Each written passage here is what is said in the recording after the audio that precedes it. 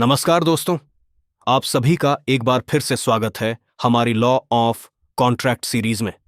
पिछली वीडियो में हमने समझा था कॉन्ट्रैक्ट लॉ क्या है, इसकी आवश्यकता क्यों है, इंडियन कॉन्ट्रैक्ट एक्ट 1872 का उद्देश्य, स्कोप और मुख्य विशेषताएं। आज हम इस अधिनियम की पहली धारा अर्थात सेक्शन 1 का अध्ययन करेंगे। पहली नजर में यह धारा बहुत छोटी लगती है, लेकिन परीक्षा की दृष्टि से और कानून की समझ के लिए यह अत्यंत महत्वपूर्ण है। इसी धारा से हमें पता चलता है कि इस अधिनियम का नाम क्या है, यह कहां लागू होता है और कब से लागू हुआ। तो चलिए शुरुआत करते हैं।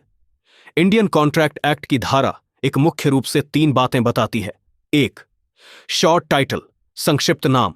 2. एक्सटेंट, शाइंडू विस्तार या लागू होने का क्षेत्र। 3. कमेंसमेंट, प्रारंभ या लागू होने की तिथि। किसी भी अधिनियम की पहली धारा सामान्यतः इन्हीं मूलभूत बातों की जानकारी देती है, ताकि यह स्पष्ट हो सके कि कानून की पहचान क्या है और उसका क्षेत्राधिकार क्या है। अब इन तीनों को एक एक करके विस्तार से समझते हैं। सबसे पहले बात करते हैं शॉर्ट टाइटल की। धारा 1 के अनुसार इस अधिनियम का संक्षिप्त नाम है द इंडियन कॉन्ट्रैक्ट एक्ट 1872। इसे हिंदी में भारतीय अनुबंध अधिनियम 1872 कहा जाता है। अब प्रश्न यह है कि शॉर्ट टाइटल की आवश्यकता क्यों होती है। कल्पना कीजिए कि किसी कानून का कोई निश्चित नाम ही ना हो। ऐसी स्थिति में न्यायालय, वकील, विद्यार्थी और सरकारी विभाग उस कानून का उल्लेख किस प्रकार करेंगे। इसीलिए प्रत्येक अधिनियम को एक आधिकारिक नाम दिया जाता है।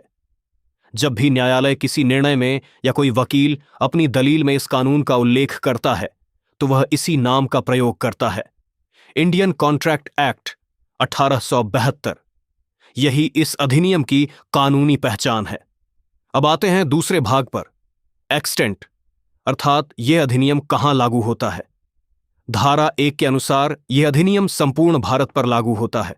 इसका अर्थ यह है कि भारत के किसी भी राज्य या केंद्र शासित प्रदेश में यदि कोई वैध कॉन्ट्रैक्ट किया जाता है, तो सामान्यतः उसी पर इंडियन कॉन्ट्रैक्ट एक्ट के नियम लागू होंगे। उदाहरण मान लीजिए, दिल्ली का एक व्यापारी लखनऊ के व्यापारी को माल बेचता है, या मुंबई की एक कंपनी जयपुर के ग्राहक के साथ सेवा का कॉन्ट्रैक्ट करती है, या आप किसी वेबसाइट से ऑनलाइन कोई सामान खरीदते हैं। इन सभी स्थितियों में कॉन्ट्रैक्ट से संबंधित मूल नियम इंडियन कॉन्ट्रैक्ट एक्ट द्वारा निर्धारित किए जाते हैं। इस प्रकार यह अधिनियम पूरे देश में कॉन्ट्रैक्ट संबंधी सामान्य कानून प्रदान करता है। अब तीसरा और अंतिम भाग, कमेंसमेंट, अर्थात यह कानून कब से लागू हुआ। धारा 1 के अनुसार यह अधिनियम 1 सितंबर 1872 से प्रभावी हुआ। ध्यान दीजिए, किसी कानून के पास्ट होने की तिथि और लागू, कमेंसमेंट होने की तिथि अलग अलग हो सकती है। इंडियन कॉन्ट्रैक्ट एक्ट वर्ष 1872 में बनाया गया और 1 सितंबर 1872 से लागू किया गया। यह तथ्य अक्सर परीक्षाओं में पूछा जाता है, इसलिए इसे विशेष रूप से याद रखें। कमेंसमेंट डेट 1 सितंबर 1872। अब समझते हैं कि यह छोटी सी धारा इतनी महत्वपूर्ण क्यों है। सेक्शन 1 हमें बताती है इस कानून का आधिकारिक नाम क्या है, यह किस क्षेत्र में लागू होता है, यह कब से प्रभावी है। यदि किसी कानून की पहचान, उसका क्षेत्र और उसकी प्रभावी तिथि ही स्पष्ट न हो, तो उसके प्रयोग में कठिनाई उत्पन्न हो सकती है। इसी कारण प्रत्येक अधिनियम की प्रारंभिक धारा का विशेष महत्व होता है। परीक्षा में निम्न प्रश्न पूछे जा सकते हैं। इंडियन कॉन्ट्रैक्ट एक्ट का शॉर्ट टाइटल क्या है? इंडियन कॉन्ट्रैक्ट एक्ट कब लागू हुआ? एक्सटेंट का क्या अर्थ है? सेक्शन 1 किन विषयों से संबंधित है? यदि आपने आज की वीडियो अच्छी तरह समझ ली, तो इन सभी प्रश्नों का उत्तर आप आसानी से दे पाएंगे। आइए आज की पूरी वीडियो का संक्षिप्त पुनरावलोकन करते हैं। सेक्शन 1 3 विषयों से संबंधित है। शॉर्ट टाइटल, एक्सटेंट, कमेंसमेंट इस अधिनियम का नाम है।